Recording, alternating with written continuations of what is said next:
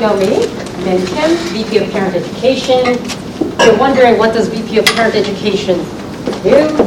I'm really here to provide you with the resources to help you figure out how to help your students succeed while they're at Greenwich High School. So one of the reasons why I love to start off one of our earlier meetings with this topic, really how to help your students get the most out of academic classes and extracurricular involvement at GHS and beyond, is, I remember when I was a new parent here with a freshman, looking at that course of study and thinking, oh my God, right? I mean, it is ginormous, the breadth of classes that your students can take. And you've seen that club list, right? So, I wanted to start off with some people who have many years of experience working with students, who can give you some thoughts, really, how to think about how to help your students really take advantage of this gigantic resource that's at Greenwich High School, as well as what's outside. Right? What else could they be doing? So I'm very excited to introduce our speakers. First and foremost, our very own Michelle, I know. She is head of guidance here. She is the superwoman in that, she's really in charge of guidance in every aspect, right? General guidance, college guidance, she works with career planning, really overall, holistically. She's a champion of the students, and she's really all about what is best for the student. And we have here Kate Sonnenberg of KS College Success. She is a college consultant. I have known Kate for many years, and what I love about her is she is a genuine advocate for every student she works with. She's not about trying to optimize, getting the kid into the best college you can, but she really genuinely cares about what is right for this student. And maybe it may even be that they don't go to college, right? Or they wait, which could definitely be the case. And she's really I'm in a very good mood too, because my first senior just got her first acceptance. I'm very happy. She's super down to earth. She's really about navigating the system to help your student succeed. And then we have the pleasure of having Lloyd Nimitz. Lloyd and I actually met at a EdTech incubator, starting EdTech companies. Lloyd is a prolific entrepreneur, has started 6 different companies, for-profit and nonprofit, all over the world, US, Taiwan, India, Singapore, etc. And he is, of the 6 companies, one of the companies he started is called Spike Lab, and it's all about helping your students find passion projects.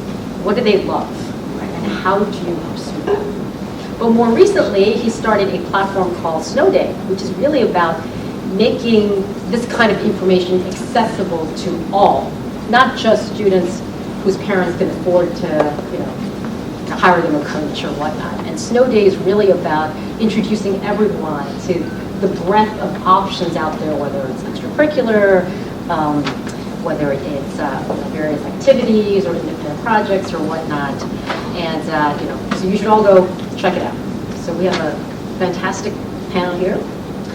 And I would like to start off first with Michelle. Yay. This topic of, we come in here, we have this daunting, book of, classes. For many of you who may be freshmen or sophomore parents, how should we think about what, how to plan their academics while they're here for 4 years, and what will be, from the perspective of the student, and perhaps from the perspective of objectives of helping them figure out what they want to study or what they're interested in. So I want to start off by saying that this is the 4th district that I've worked in my 30-year career, and I would really like to thank the PTA, because I have never worked someplace where we've had the kind of relationship that we have with the PTA that supports programming, supports our students. It's mind-blowing to me. So because of you and your efforts all the way through, our kids have exceptional opportunities. With that, I think our school in general, we don't realize the exceptional opportunities our students have because we just know this is what we have. I can tell you that not every place is like this. We are exceptionally fortunate and our students have access to a lot of things. So when you're looking at the course of study guide, understand, I think first and foremost is that students have to, there's a lot of requirements that they have to do. So if you're kind of older like me and you remember going to high school and you got excited because you could take all these different classes. I can do this and I can do that. How many of you were freshman parents this year? Anybody? Do you remember your kids being like, I want to take this and this and this and this and this, and at the end of the day you're like, okay, I get to choose one thing and the rest of it might fit. So that can be frustrating, and that is thanks to our wonderful state of Connecticut who continues to try and in an effort to make it easier, it's also making it a little bit harder. So kids have 25 credits that they have to fit in, and they're all within different buckets. So it becomes difficult because you're thinking you have these options and you don't necessarily have as many as you think. So I think it's important as parents that you know your kids, right? You know, I mean, I'll speak from my own experience. I have two boys, they're 19 and 21. Neither one of them like school. It's very frustrating for me as a parent. And there's different pathways that you can look at. My youngest is playing juniors hockey. He's in his second camp year, so there's lots of different options out there. And I know he's kind of like, I'm like, are you okay with this? He goes, why wouldn't I be? I get to have fun for longer. I'm like, excellent, that's great. We are going to school eventually. But with my kids, I knew that, especially my oldest, it was hands-on stuff. Yes, you have to do English, math, literacy, science, second language, and all those things. But our school has something for everyone. For everyone. So when you're thinking about who your child is, think of the things they like to do in their downtime, aside from, I mean, I'm holding it in my hand too, aside from this.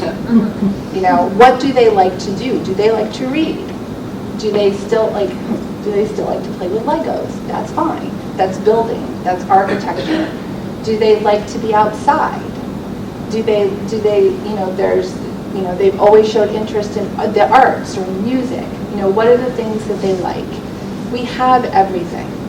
So it's encouraging them to spread your wings. We can do a 4-year plan. Our counselors do that with the kids. I don't always love them because it's not always realistic, but it gives you an idea of what might you be able to fit in, what might you be able to stick those requirements into those certain buckets. So it is overwhelming. We have a lot to offer, but we have a lot of services here, and my counseling staff, they're the best. And this sounds like a backhanded compliment, but I mean it with the utmost love. Our worst counselor is the best at any other school in this country. We rock, plain and simple. So you're getting the best of the best in terms of advisement and in terms of support. So I encourage you, we are doing these things with your kids, including doing interest in stories and things like that they, I'm sure, do not talk to you about, because especially with freshmen, like they don't know. They don't know. It's a very small percentage of kids that are like, yeah, I want to do this and stick with it. I could talk forever about this, obviously, so I apologize, but we really, really, really have everything you could possibly want. And we're here to support those decisions in the direction, in whatever way that is appropriate for your child. Oftentimes, I feel like as a parent, I'm really not involved in, my child picking classes and all of that. Should parents be involved? Oh yes, we send out correspondence. So we send out correspondence to all of you, letting you know, hey, get on and look at your child's recommendations. Make sure you're making sure that what they're choosing is appropriate for them. So that does come out. It'll be coming out probably February-ish. with that course selection process, whether that recommendation for the following year will be happening. Kate, I'd love, your thought on this, because I know you've worked with students from lots of different high schools. Right. So you just kind of see the range. So I have not worked with anybody from Greenwich High School. I may keep it that way forever, but I think sometimes there can be a difference between, I live in New Jersey, but 50% of my kids are New York City kids, 30% are New Jersey, 20% of the rest of the country. There's a difference between what you need to do to graduate from high school and what you might need to do depending on where you are trying to go to college, okay? So that's something that I am often dealing with. I don't think that's a problem. It sounds like you guys are amazing, but that is something that I keep in mind. There's also the fact that if you live in certain states, or even if you live in Connecticut and you want to go to the UCs, the University of California schools, they're going to look at only grades in 10th and 11th grade, and they're only going to look at certain kinds of grades. So if you're looking sort of from the point of view of not just graduating from high school, but also positioning yourself for college, there's different kinds of things that you sometimes have to take into consideration and think about. And it's ridiculously unfortunate that you have to think about that, especially as a 14-year-old kid, because it should not be about that, but that is the reality. And then, and I'm sure you deal with this all the time, the balance, because the question that I always get is, well, should I get an A in an AP class, or a B in an AP class, or an A in a regular class? And the unhelpful answer is you should get an A in an AP class. But you also need to eat and sleep and have joy. And so I had a 10th grader this year, and her sister is one of my seniors. And when we had our fall check-in, she said, I'm getting an F in that new AP pre-calc class. What should I do? I said, well, you shouldn't stay in class. And she said, and so then, unfortunately, the way it was in New Jersey, where she lives, she could only be in the CP class, not the honors class. And that was going to ruin her life for going to college. And I said, well, I don't think so, but it's going to ruin your life right now if you stay in this class, because regardless of whether you get that grade up, the struggle and the emotional stress is not worth it. So these are all the kinds of things that get balanced in picking classes. So it's what do you love to do, what fits into your schedule, what choices do you have, but you also have to think about where you are at the moment, because you can't always be strategizing for the future, and yet to some degree you also have to have the end in the back of your mind. So there's a lot that goes on, and it's unique for every kid, and that's why you shouldn't talk to each other. If you could all never speak to each other, like that's true. If you could never, ever speak to each other again about anything but... Don't talk about college. Don't talk about classes, don't talk about grades, SAT scores, anything. If you could only talk about gardening, I don't know, shopping, you have a lovely town, like you have a lot of bath stores, what's the best holes for your cabinets, anything but talking about to each other about this, that would be so much better. Seriously. Yeah, my daughter recently dropped, by the way, she has a different last name than me, so she's literally like, she's scared when I'm in the school. She doesn't want anyone to know that I'm her mother. So she recently dropped down actually from honor Spanish to regular Spanish. Oh yeah, like she literally thought that this was going to just basically ruin her life. But yeah, if you could talk a little bit about if you want to balance the tough classes, the honors, the levels, like how should we think about that? So you always want to challenge your child to the best of their ability, but that's going to look different for every child, student, person, whatever, like teen. The rule of thumb that I have, and this can still be different, so please take this with a grain of salt, but if you're in an honors level class and you don't have a B, it's probably not where you should be.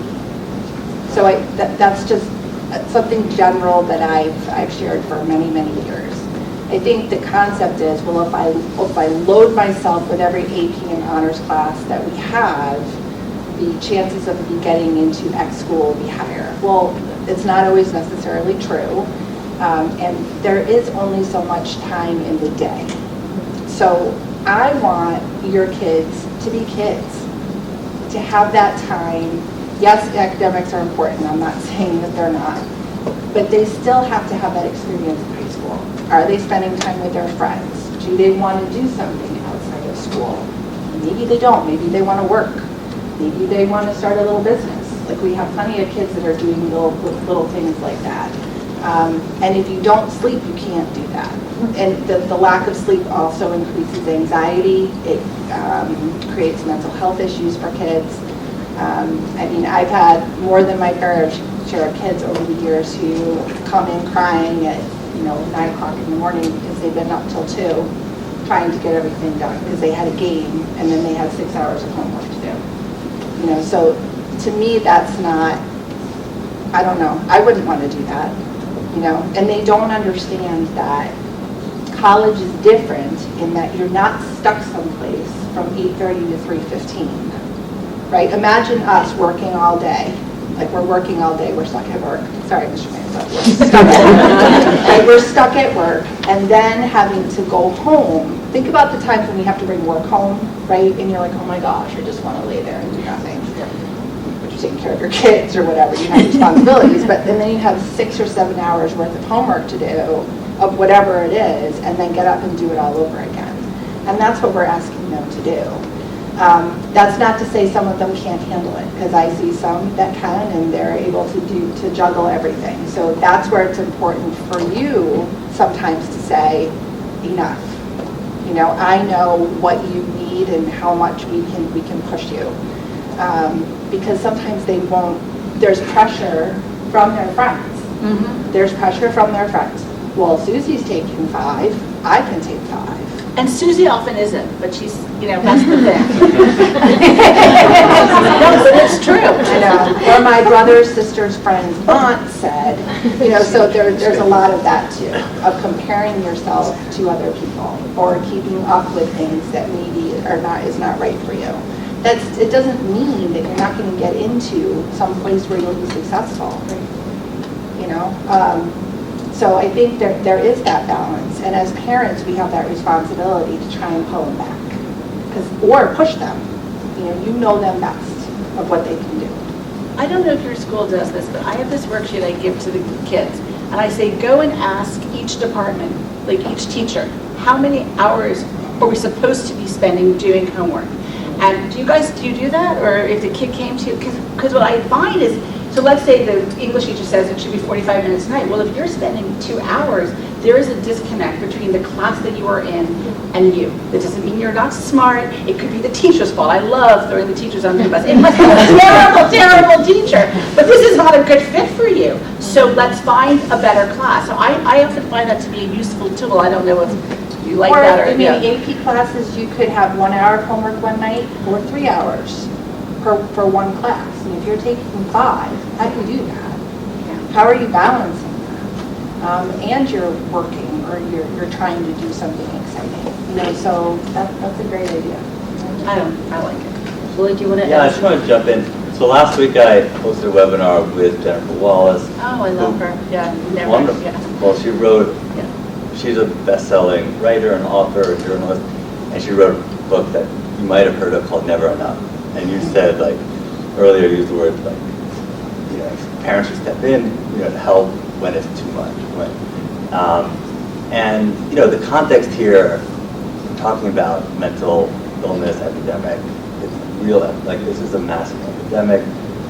More than 2 out of 10 kids in the school, probably more, because it's in a toxic achievement ecosystem in Greenwich, have suicidal thoughts while in high school. So definitely a few kids. And 1 out of 10 statistics say are going to attempt suicide. So my daughter is a 3rd grader in New York City, Magnet Public School. They had 2 suicides in just 10th grade in the last year. So there are 2 things pulling, right? One is we got to keep our kids safe. We don't want to overpush, but we live in a tough, competitive world, and we want them to achieve their full potential, and we're stuck sort of navigating the 2. And in that context, that's what we're navigating. I think it's a hard balancing act, and it comes up in sort of class choice. It comes up in everything. My approach when we work with our students at Spike Lab is to start from not the catalog, not the course catalog, just from their why. Why are they studying? Why are they doing all this work and killing themselves? Do they have an answer for that? And usually the answer is, well, I gotta get into college. That's unfortunately where a lot of students are at. And they're not going to be healthy if that's the answer. It's going to be too much pressure because the stakes are so high. And what else do they have besides that as the outcome, that as success? But we all know also, because we're through that whole process, like college doesn't matter that much, right? Like probably so many of you are successful and didn't go to colleges. So for me, that's one of my missions, is like to help students realize how important college it is. I mean, it's not like it's not, but it's not everything. They can have another why. And the reason I use the word why is like, there's a guy, I'm going to butcher the quote, but basically he said something like, this is Bill Damon, who's the head of the Center for Adolescent Development at Stanford. So he's like one of the quote godfathers of purpose research. What gives a young person a sense of purpose? And you know, his research, the quote just is that it's not stress that is, and all the work that's sort of causing all of these problems for adolescents today. It's that they don't know why they're doing the work, right? It's not the work, it's why. And so if you help them find the why, and I think that's one of our jobs, and educators are doing it, it's just hard. And it's hard when they're distracted with all these other things, and they're not being the space, which I You know, and Jennifer's whole book is about when the kids who are surviving or thriving, is her language, in that sort of competitive world are the kids who feel like they have a reason why they're doing something. They feel like it matters. So, and it beyond just the outcome. So I think that you know that's just the feeling of it having a why or a purpose is critical. I always say, what is your definition of success? Yeah. So, And that is and will look different for different people. We have good friends of ours that I think he went to 2-year school and he has a massively successful tree business. I don't know, if your definition of success is making a lot of money, which it is for some kids, because that's all I think about sometimes, then that person my friend met that definition of success for him. He's making very good money. He's doing very well for himself. Whereas some people went to a 4-year school and, you know, if they're not doing as well. So it has to be that why piece of like, what do you want? And as parents, sometimes it's hard because it's not what we want. It's encouraging what they want and what they want to do. And that can be hard. I've got two, and I'm like, oh, like it's like, because we want, you know, from the time they're born, like we're like, oh, like I can picture what you're gonna do, and you know, and they start driving, and you're like, oh God, let's go back to where you were. yeah. It's scary. just building on that, so this idea of like what is success for a teen, like they're not thinking, at least for me, when we work with a teen, it's not like what is success in life. That's a little too much and doesn't usually work, although some people have an idea of what that might mean. But what I find works is what you were saying earlier, like what gives them a sense of purpose? Like what do they get excited about? And that's not just grades in college and like looking good, and not just like TikTok and shopping and sports. But you can find interesting things within those frivolous interests.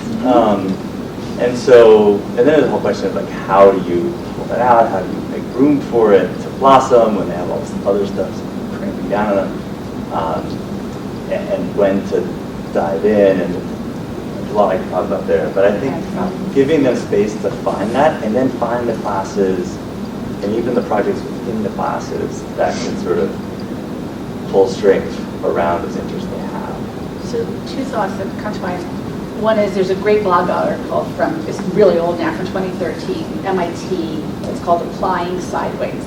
And it's how did you get into MIT? And the kid said, you know, every year what MIT wants is going to be different. Every year their institutional priorities are going to change. you don't know what you need to do to get into MIT. But if you spend 4 years doing something you hate to get into MIT and then you don't, that really sucks. So do something that you like. And if you happen to also get that extrinsic benefit of getting into MIT, great, but at least you've had some intrinsic benefit. The other thing, just today I was on a call with, she's sort of a celebrity, Dean Paley, she's the head of admissions at Caltech, and she said, we want our kids to fail because you can't be successful at Caltech if you haven't failed lots and lots of times. That's what science is, experiments that don't work and recalibration. And so if you've gone through high school and you've never experienced that, that's going to be tough because at some point it gets hard for every kid. I had a kid who went through all school so perfectly, it was never hard for him. And when he got to Amherst, when he finally, which is most people consider a good college, and it got a little hard, he said, I don't like the class. Well, I'm like, what are you going to do? I'm going to drop the class. I was like, well, how are you going to do that? And so at some point for everybody, it gets hard. Better to be hard, frankly, when you're 3 or in 3rd grade than when you're, but it's important to do it in high school because you don't want, that obnoxious. Now he's 28 and he's fine, but it was annoying when he was like, oh, it was too easy. How would you, basically help your child really discover that passion, whether it's in academic realm, or it could be through extracurricular activities, or any other way, or through jobs and whatnot? Where do we start? How do we, Boyd, I'm looking at you. Maybe I'm you happy can to tee us think, off on I've this. spent 8 years doing this with students and with a team of coaches at Spike Lab. And there's no science to it. It's not like my way is the right way, but I believe strongly in it. I've sort of committed my current career to it. I love it. But what we do, and it's not like rocket science, it's really simple. You'll be like, oh, it's not that interesting. But it works, is start with intentionality that this is something that we're going to do for real. Like we're going to find the thing, your why. We're going to find something that really matters to you. That's serious. And that you want to throw yourself into. And make that a goal. And it works for our program because if you're jumping into a program, you're signing up, signing up for the program itself makes it just easier for us, but when you're a parent, it's harder because you don't have that conversation, but they don't take it seriously. So you want to find a way to do that. One way, you don't have to work with us obviously, but is to find someone else, like a mentor, an aunt, an uncle, an older sibling, someone in school counselor, someone who can set aside time to work with them on that and add that intentionality. If they're really self-driven, then they can do that on their own as well. Obviously, it can be done on your own. And then to start to do the self-reflection work, which, again, it's not rocket science, but you need to focus on the questions of what matters most to you. What do you care about? It's one of the questions that sort of works. What do you care about? People care about things. You might be thinking, because I hear it all the time, oh, my child doesn't have something they're passionate about. It's not true. They care about things. They get upset about things in the world, in their school community, and they get interested in things. What are they reading about? What are they talking about with their friends? The more they explore that, and when they notice when they're fired up about something, they write it down. Starting to create awareness around these things that I find doesn't happen enough because they just get, pulled in their classes and they're busy. So that's the process that we do, and then it's putting that interest or passion into action through something. It could be, a lot of classes give room to sort of choose your own paper, right, or science project, or you can do it out of school, which is what we usually do. We try to combine it with in school, out of school for time optimization. But the idea is to find a project. That's our approach, is to find a project, put that passion into action, and that makes it real. So that's sort of the formula we follow. Not the only one. there are like purpose projects and master, or purpose becomes spikes. Purpose spikes and mastery spikes. So sometimes people obviously get very passionate about being really like talented in some skill area, like talking about baseball earlier, a sport, that's an obvious one that people throw themselves into and get really excited about it. And that works, that's great. But there are a lot of other things in the world that they can get passionate about. And it's sort of the golden age where you can pursue anything. Like this school has so many resources, you know, like you're saying, it's so lucky to go to the school, but also lucky to be in this age where you can learn anything, anywhere, anytime. Like it's really anything. And that choice is overwhelming, which maybe is why some of you came to this to sort of navigate that choice. The choice is even more overwhelming than what the school offers. It's the world that's offering. And so what that requires, and I'll stop talking, is that, and the world is like this, right? You all like the real world is overwhelming with choice and options. So like learning that skill now for teens to like know what they want and pursue that, and to support that as a parent, that's what they really need to learn in adolescence. Yeah, you bring up a good point about, you know, there's just so much out there. I feel like we all know sports, we know music, we kind of, there's certain tracks, or I don't know what you would call it, that we know well, right? Because other kids do it and you can see it. But to your point, there's so many other things you could be doing. So the best thing that every single one of your kids could do is have a job. When I said to the Amherst kid, I said, you're getting, this was before he was going, I said, you have to get, I said, you're a dilettante and you have to get a job. He says, what's a dilettante? I said, that's why you need a job. And he didn't like his job, which was to be a lifeguard at, you know, a country club in Essex Fells, New Jersey. And he's like, oh, those people are rude. I'm like, yeah, well, live with it. And he did not like it. But he had a little bit of spending money, which he went right through because the food at Amherst sucks, and that is actually a fact. And so he was like always ordering DoorDash, but at least he could buy his stuff for that, like it lasted the first semester. But you know what? I said, did you realize that food tasted a little bit better because you worked for it? And he kind of finally acknowledged that. So, and colleges love jobs, but that is a way to find a purpose and feel it. I'm not saying they shouldn't also do all those other things, but without worrying about Brown pre-college, or without worrying about colleges research, or without having, you know, starting your business. I mean, if you have a job and you learn how to deal with people who are rude to you, and you learn how to deal with, and you like learn how to cancel out the cash register and those things, those are skills, and those are important things. And that's my one thing that every one of my kids has to go and work with.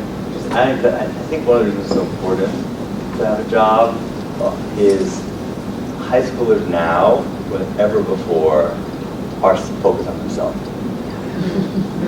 and because of all the pressure, they have to, because you have to. And so it's what happens psychologically when you're focused on yourself is you lose a sense of like contributing to the world. And contribution to community and to family and through work is the antidote almost. Like it's what they need because they're so focused on themselves. And it helps with mental wellness, but it also opens up pathways to do interesting things. So like in our project, it's like, it's not jobs. Sometimes they do that as part of the work, but the idea is to find go from self-centeredness to other-centeredness. Like how do I contribute? How do I have some impact in my community? And it's very, when they do that, even if it's a job or when you're younger, you know, I talk a lot about chores and like doing chores in your house. Kids don't do as much chores now than they used to because they're so busy with homework. So like, there are lots of ways to contribute, and that. My kids met with Jennifer Wallace and feeling like you matter. In fact, I really recommend reading her book. I don't know if you have a video of your webinar that people can watch, but she also has been talking a lot. But the book is better than even her talking. And she says that kids who were not happy were kids who felt like nothing was expected of them. And so that is so important to feel like you're giving back. One of the things I noticed with kids today too is we talked about skill sets. A lot of students unfortunately don't have good coping skills, and they don't handle failure well. High school, to me, is a safe place where you can fail, and where there are a lot of people there to help support you move forward. So that's why, yeah, try that class or do that thing, you know, that maybe you haven't done before, but they need, that's an important skill that they are missing. Social skills, we're noticing, I think there's several things going on. It's not just COVID, but there are several things going on with this generation that their social skills are not great in general. They don't know how to talk on the phone. Maybe, I mean, and it's interesting because you can order from Uber or DoorDash or whatever without talking to someone. They don't know how to do that. So I think it can be that whole next level of learning how to cope with the world while also being here and all the pressures that go along with it. They really are struggling. They're having a hard time. I know for us, and for me personally, I think, and it goes along with what you're saying with what your why is, kids have to know why they're going to college. They know, a lot of people, I find a lot of students are like, I'm going to college. Well, what for? And many of them are like, business. I want to go for business. Okay, like for what? Like, what is business? Well, you know, and they'll talk about something and you're like, okay, or engineering. That's not business, engineering. Okay, well, what is that? They don't know. And we think they know. They may be able to regurgitate to you like what they see their father's friends doing, or their your mother's doing something, or an aunt or uncle. But most of the time, they really don't understand. And I feel like my department in particular, we're trying to balance that and say, well, yes, you want to go to college, and you're taking 8 AP classes this year because you want to get into X school. What are you going for? What is the career choice that you're going for? And many of them don't know. You know, that's where that like business. So, and then when they get there, the statistics are still high that you're changing. Oh, 80%. And it is too expensive, whether you can write the check or not know what you want to do. Because the average graduation is not 4 years, it's 5. Because they don't take, a lot of them, 5 classes per semester, they take 4. So it's a, you know, there's a lot of different things, and their generation is definitely, it is different than what most of us in this room experienced when we went to college or in high school. It's different. So I know that there is that piece where we're trying to work with kids. So Lakin, shut up. My office does that. I'll be in a meeting, like on a Google Meet, and the lights will shut off because there's no motion. So I get up and kind of float around a little bit and sit back down. It's great with the superintendent in the background. So we're trying to do all those things with them, but getting a job, that skill set of learning how to interact with people off of technology is huge. Huge, huge, huge. So I take a slightly different approach in that I'm still, and I guess I'm a dying breed, but I still think you can go to college to learn how to think, and learn how to write, and learn how to communicate. And then I remind, especially parents who were not educated in this country, that you can be a chemistry major, and you can go to law school, and you can be a dance major, and you can go to medical school, and you can major in law jurisprudence and social law at Amherst College, and you can get a job working at Morgan Stanley, because I know a person who did that. So it's not just that you have to know your career, but I do think you have to have intellectual curiosity. And one of the questions I ask my kids is, do you want to go to college as much as your parents want you to go to college? Because that's where I want them to own that why. So some of them are, you know, I want to go to business school, and I explain again all these things, but they still want to go to business school, and that's fine. Okay, do what you want to do. Or obviously if you're an engineer, you really do need to, almost always need to do engineering as an undergrad. Not exclusively, you can actually go into a master's program in engineering without having been an engineering undergrad, but it's a little bit less likely. And same with nursing. If you want to be a nurse, it's probably better to do that as an undergrad than not, but not everyone does. Yale has a great master's in nursing, and not all those people were nursing undergrad. So there's always exceptions, but I'm still that classic liberal arts person. I don't know. I'm a dying breed. I haven't seen the expression. You're like, nope. I'm more, I think that's totally right. Like, the world is changing so fast. If you don't know, if you can't keep up, you're going to be left behind. And the only way to keep up is to be able to learn and be excited about things and do things up. And I think liberal arts education is more important than ever before. But just to clarify, like, for me, a spark is the why is not like why, like, what are your career goals? It's, do you have something you're passionate about? Are you sparked? Are you excited? Like, what matters to you right now besides, like, your friends, your family, and maybe the sports games or whatever it is? Like, that, because that changes when you get to college, when you get something else, you're going to start to, like, it's contagious. Like, once you get that, you keep having it. It is, and I agree with everything you said. My worry is that it is expensive. It is very expensive. It is expensive, and if you're looking at a liberal arts education, most of the time you're looking at more school. Yes, you are. So you're looking at more money. Yes, you are. And it's not always feasible. And that's not only feasible, but for the ninth graders in this room, I am 100% sure that most of them will cross $100,000 before they start. And that is a lot of money. I'm personally not letting my kids That is with a lot of $200,000 in debt. I refuse to do that. Right, and I also agree with that. I do know, I show kids, most of the students who work with me come from families where this is not really an issue, but occasionally I do have kids. And like I had one who, I'm going to go to USC for film. And I'm like, well, okay, and in what world are you going to do that? Because it's $90,000 to go there and your parents say they'll pay $50,000. And I showed her what it means, because it doesn't mean anything to a kid. I'll just take loans out. Right. Yeah. So first off, she can't, because the maximum that a student can take out is $26,000. So that your parents have to co-sign the loan. So it's so much more complicated. And I explained this to the kids, and then I showed them, and it's on the Department of Education website, about loan repayment calculators. And it's really scary. It's scary to me when parents say, oh, we'll take it. For Harvard, we'll make it work. And that's like, I won't work with a family that says that to me, because that is like a scary family. But $15,000 a year, no, it's scary. So $15,000 is $60,000. If you don't have the cash flow and you need to pay that over time, that actually is a repayment of like $300,000 over the 20 years. That's a lot of money for only $15,000 a year. So I just get really scared with debt. Even $15,000. Yeah, exactly. It's very scary. And for kids, it's funny money. So, yeah.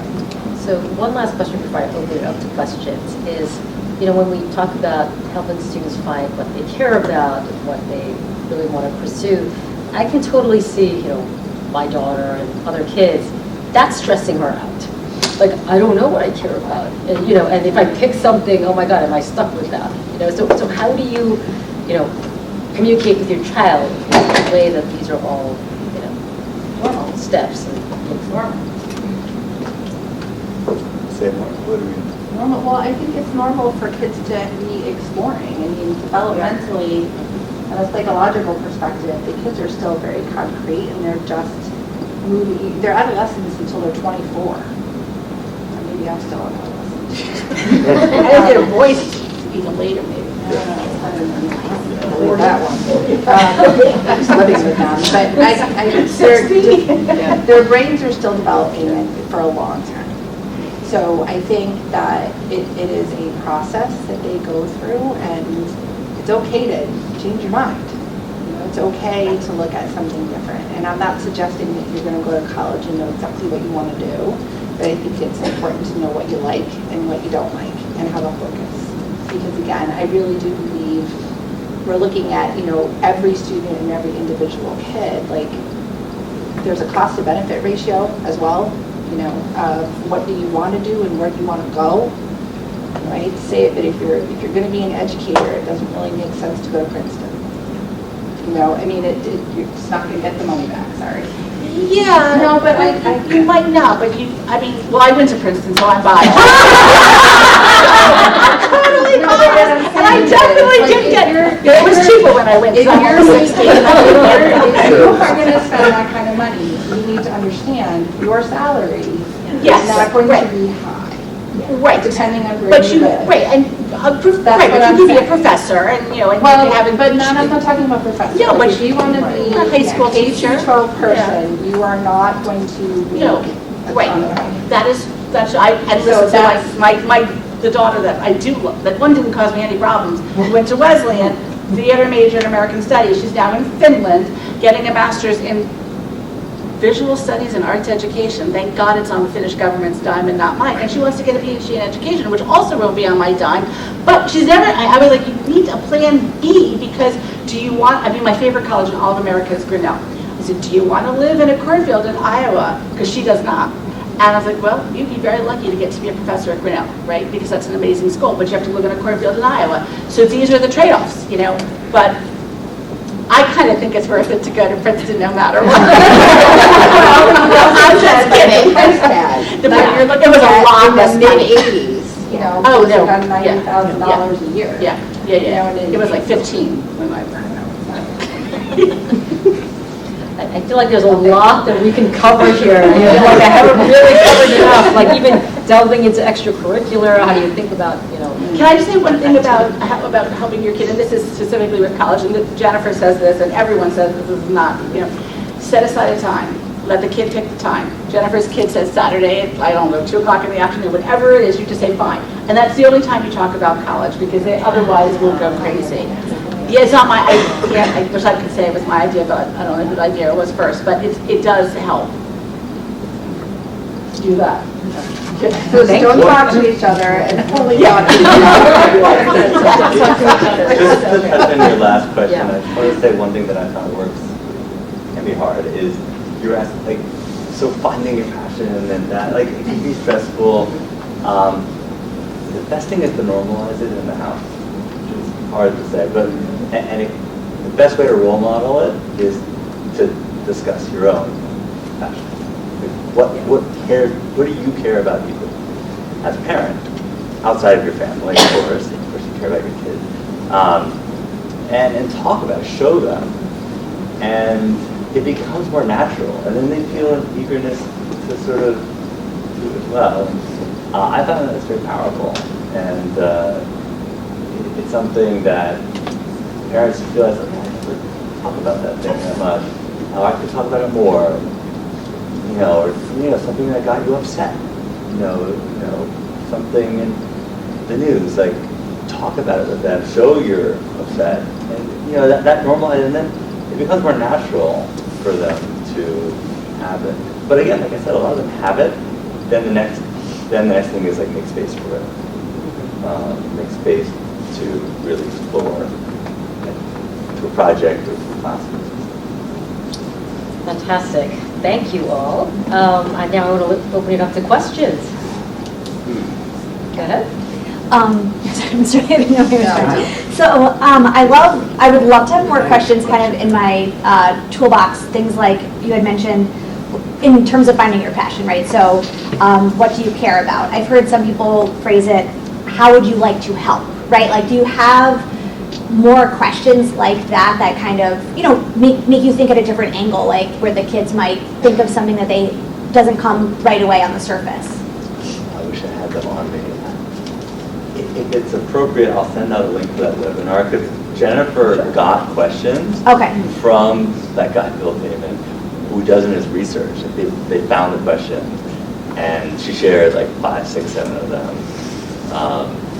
That would be great to send out, yeah. The best one is, what do you care about? Because it's not helping. If you care about helping others, then it manifests through help. But like I have a student, what was it, like late last week, whose mother really wants him to like do philanthropic work, like to help, just find something that but what he told me was like he's really passionate about investing right now. And I'm kind of hoping that he'll get guided towards the intersection of those, but you gotta follow his, and so if you ask like something to help, but he's really pumped up about investing and doing all this stuff, doesn't quite work. So And so I have a student who I mean, he made $250,000 reselling shoes, which is a lot of money for, a 17-year-old kid. I was really, one sale, $26,000 for one pair of shoes. I'm like, wow, yeah, I know, it's crazy. And I was like, he was true. I mean, I didn't not believe him, but his dad also told us, and the kid has a patent, he's really a crazy, amazing kid. So anyhow, he takes a little bit of his profits, like, but he gives it to the Humane Society. But he also goes and volunteers there. So, if his mom had said to him, you have to go work at the Volunteer Society, at 5 hours, he wouldn't want to do that. But he liked giving the money, and then they thanked him, and then he went and he sort of started cleaning out the cages, and, like the dogs, they don't have any pets. So they can find this organically.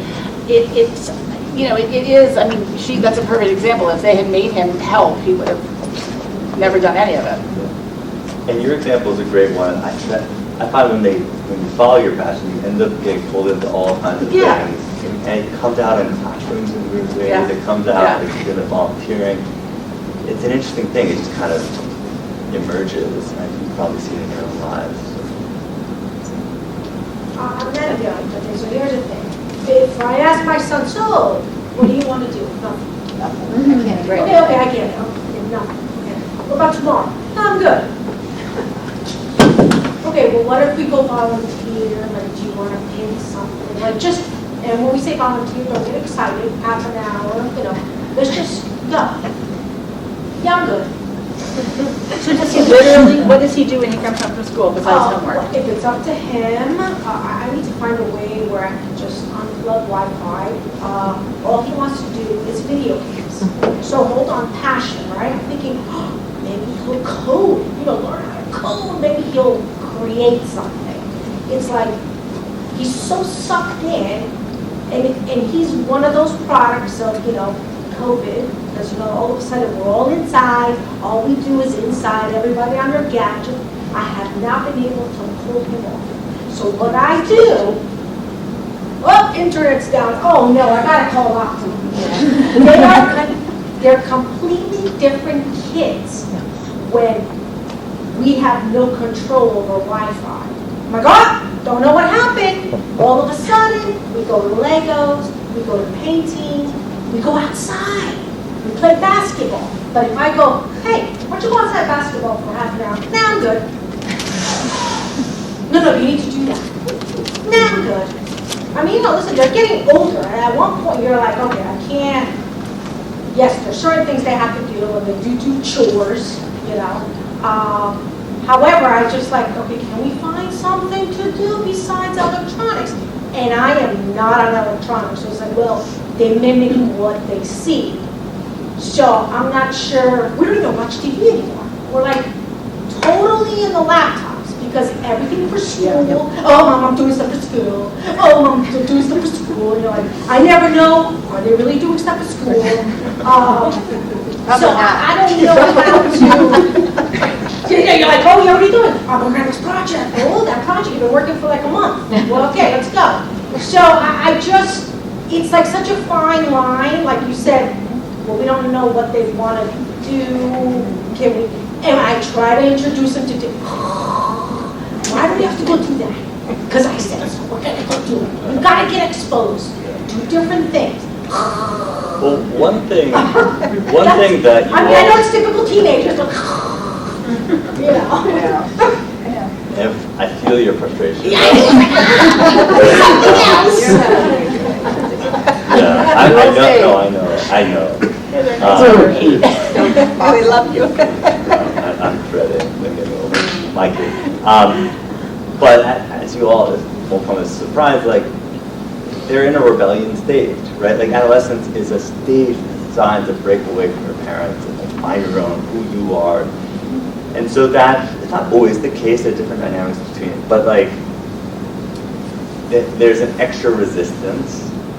Plus the addictive qualities to digital, like it's designed to be addictive, and that like turning it off is a great way to solve for that, or having them opt in to a period of no electronics. There are different approaches if that's a problem that people are having, but I think like having someone that's influential that isn't a parent who's guiding and nudging toward, if you subscribe to what we're talking about, then is helpful, someone outside that they're influenced by, which can be hard. Yeah, any kind of mentoring that you can get, like, a lot of kids do these mentored research projects, and there's a, big question about whether they're pay to play, and I have a whole set of beliefs on that, but one of the benefits of them is that they are engaging with somebody who is still somewhat relatable in their, late 20s or early 30s, and they get excited watching other people who aren't their parents. But honestly, if it's not my place to give you parenting advice, but I probably would stop asking my kids, do you want to do anything? Because maybe then he's going to say, Mom, you haven't asked me for a while. Who knows? I was just going to ask really quickly. It seemed like there are a lot of freshman parents in the room, and the school does a great job about sending information out about how course selection works, but I remember when my child was a freshman being really sort of concerned at this point, not knowing what was coming. So could you give like a 1 or 2 minute update on the timing? Do the child's teachers have an impact in what classes they're in next year? When does the process happen? What does the child need to their classes? Just a couple minutes as a little preview, because it seems like that would be really relevant to a lot of people in the audience. Well, I do share that. So if you're a freshman parent, you probably haven't seen that yet, so it'll be a little bit more specific. But yes, the teachers have to take part in that recommendation process. And they will share in your Aspen account. You'll be able to see what your child has been recommended for. So that is there. You can always respond to a teacher anytime as a parent and say, I have some questions about this recommendation. Either you want to push them or you think that it might be too much. The teacher is the best person to talk to about what the next level looks like, because they know what's coming and they've worked with your child for the past year. Maybe they see your child being, I don't like the word lazy, because it's not always lazy. There's lots of things going on that might prevent them from being the best student that they can be. Sometimes being in a higher level class, surrounded by students who are working harder, could be a great thing for your child. Sometimes I'm an introvert, and that terrifies me sometimes to be put in that kind of situation. So like it wasn't always the best thing for me. So I think that the recommendation process does come from the teachers, and you as a parent are definitely involved with that. Are the recommendations core classes usually, or will they? Yeah, core classes. It depends. So I know in music we have honors classes in music. So the teachers will make recommendations, based on level for that as well. And if you're not happy with the recommendation, again, go back to the teacher. Have a discussion with the teacher. They really do know what's coming next and can be very helpful and supportive with that. Okay, one last question. When Michelle, when it comes to the college conversations, how much are parents welcomed into that conversation? Absolutely. So we're going to have that. Okay. Absolutely. So we are finishing up with our seniors right now, which is weird, but they're pretty much done. That doesn't mean that they can't still apply. Most of them are done now. Our college kickoff for juniors is actually next Monday, and that starts the whole process rolling for that, which is, we go from roll into one into the next. And you come in and meet with your counselor and talk, with your child about all of these things. And then you can come in as much as you want. We would never prevent you from doing that about anything. Call them, they want you to. Great, thanks. I just should. One last question. It's quick. When you meant, or I don't know how quick the answer is, but when you talked about the general things, like when they're like, I like engineering or I like business, two questions. Are there courses here that offer more enlightenment to like understand what is engineering or what is business? And then the second part is there camps that might, like in the summer programs? Yes to both. Okay. So the camps, though, are interesting, and I know you guys could talk about this too, because there's lots of opportunities across the country, and even more than that. Some of them are expensive, and if money's not an object, like you can pretty much go anywhere. But there's all kinds of opportunities out there for summer enrichment. for lots of different things. Is that found through their counselors? Like, where do you? So we have a college and career, yes. I was just going to say, because I'm helping out with summer fair this year, Yeah. I would really encourage everyone to please come to summer fair because it's amazing that both like pre-college programs, but even elementary school and all different levels, there are all kinds of activities. There's lots of local stuff and- in town, Yes. everywhere. Like, we have a college and career newsletter that goes out every week. The summer opportunities will still start to come in soon, and those things are posted. There's lots out there. Quick thing is, you mentioned before, like I created this new resource called Snow.day, Snow Day, and it has over 1,200 summer learning opportunities. A third of them, Snow.day. it's ironically Snow Day, but for summer. There's a story behind that. Maybe that'll help you remember. But yeah, Snow Day, it's all free and open access, and you could filter by location and price. There's even a financial accessibility rating. So you look for all the free ones. And so usually the scholarship and free ones are, or colleges love that the most, because they're hard to get into. So check that But out. I'm a great believer that it does not matter what you do. All of these programs are amazing. It is if you grow in that experience and you can explain to yourself and you can explain to your parents and you can explain to a college how you grew. It really does not matter. I mean, there's like, sure, when I worked in the admissions office and we had a book and there were some that were, considered academic and we would note that as an academic thing. So I'm not saying that all programs are always created equally at all colleges, but really what matters, you can get into the Notre Dame program, which is one of the most competitive and it's free and hard to get into. And if you didn't get anything out of that and you have nothing to say, so you got into it, big deal. And so it's really, what's most important is that the kid does something with that experience. And summer is a great opportunity to sort of hand it back to your child and ask them, like, this whole, like, what do you care about conversation we're having? Like, this is open 2+ months. Do whatever you want, but it has to be something you care about. It's serious. Figure it out, and then we'll work together and find something that matches that.